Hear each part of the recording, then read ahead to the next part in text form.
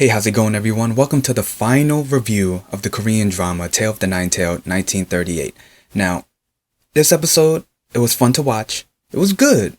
It felt rushed, but I'm okay with that. It was still a good episode.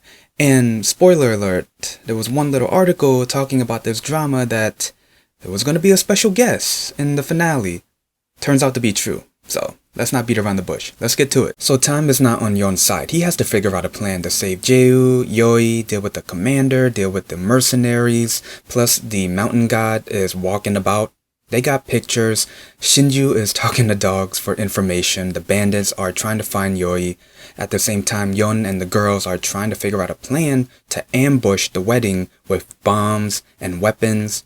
And going back to the mountain god, he gave Talipa a black eye. He didn't touch her, just evil magic. Rang was able to save Yoi from both Yuki and Aogama. Is it Aogama, Ugama, whatever, big dude. He was able to save her by going ape shit on them, which was so badass. But just when you thought he saved her, things were good, here comes the boss mercenary, Satori, which I thought he was dead. But then 1938 Yeon came in and saved the day. As for Hongju, she couldn't save Jae-woo because of what big dude did to him.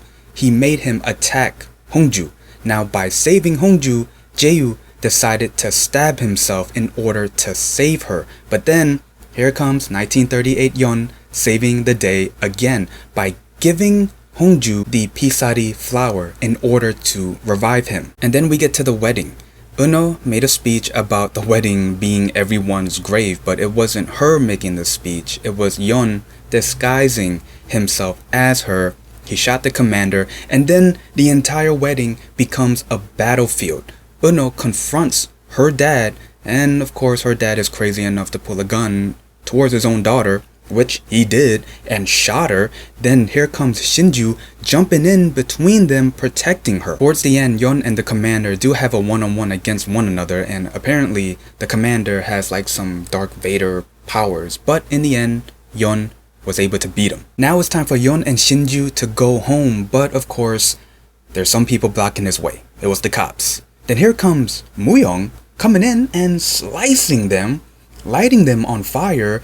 Come to find out, it was the fortune god who pretty much granted Yeon's wish into reviving him, and Yeon and Shinju was able to go home. We do get a fast forward, but it's not really a year later or 6 months later.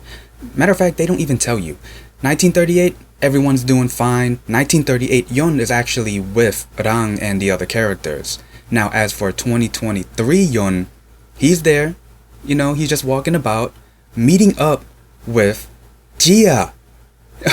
The actress actually came back, and for like 10 seconds. So my thoughts on the finale. It was good. It's not the best, but it was good. Action after action, a lot of surprising moments like Rang going apeshit on the mercenaries and Jia, finally returning, for like 10 seconds. They actually gave us what we wanted for Rang. A happy ending.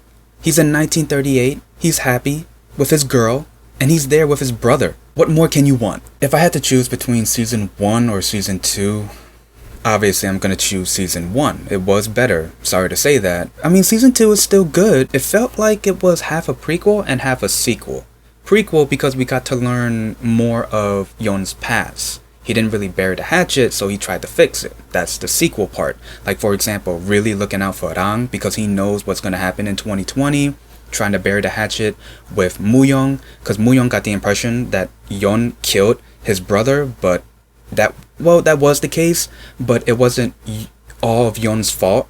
It was the original mountain god who took over Muyoung's brother's body and made him go apeshit, pretty much. Speaking of the mountain god, he's still walking about. How come there's no ending to that? Or did I miss something? And yeah, that's pretty much the gist of the finale and my review. Is there anything I might have missed? Please leave in the comments below. Other than that, if you like this video, leave a like, comment down below, and subscribe. And I will see you in the next review. The next drama that I am reviewing is called King the Land. I'll see you then. See ya.